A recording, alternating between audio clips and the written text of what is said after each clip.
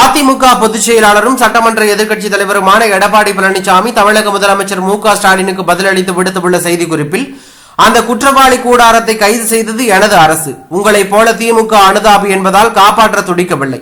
நடுநிலையோடு CBI விசாரணைக்கு உத்தரவிட்டேன். அதற்கான நீதியே இன்று கிடைத்துள்ளது. வழக்கம் போல உங்கள் ஸ்டிக்கரை தூக்கி கொண்டு வராதீர்கள் மிஸ்டர் ஸ்டாலின். யார் வெட்கி தலை குனிய வேண்டும்? அண்ணா பல்கலைக்கழக பாலியல் வழக்கில் குற்றவாளி ஞானசேகரன் வீட்டில் அமர்ந்து பிரியாணி சாப்பிட்ட உங்கள் அமைச்சர் மீதும் சென்னை துணை மேயர் மீதும் விசாரணை நடத்த துப்பில்லாத நீங்கள் தான் வெட்கி தலை குனிய வேண்டும். யார் அந்த சார் என்ற கேள்விக்கு இன்று வரை பதில் சொல்லாமல் அந்த சாரை காப்பாற்ற துடிக்கும் நீங்கள் தான் வெட்கி தலை குனிய வேண்டும். அண்ணா நகர் 10 வயது சிறுமி பாலியல் வழக்கில் சிபிஐ விசாரணைக்கு எதிராக உச்சநீதிமன்றம் வரை சென்று மூத்த வக்கீல்களை நியமிக்க மக்கள் வரிப்பணத்தை ஊதாரித்தனமாக செலவழித்து 10 வயது சிறுமிக்கும் அந்த சிறுமியின் பெற்றோருக்கும் கிடைக்க வேண்டிய நீதிக்கு எதிராக வாதாடிய நீங்கள் தான் வெட்கி தலை குனிய வேண்டும். நீட் ரகசியம் என்று நீங்களும் உங்கள் மகனும் மாணவர்களை ஏமாற்றிய போதே உங்களுக்கு வெட்கம் மானமெல்லாம் இல்லை என்பது தெரிந்துவிட்டது.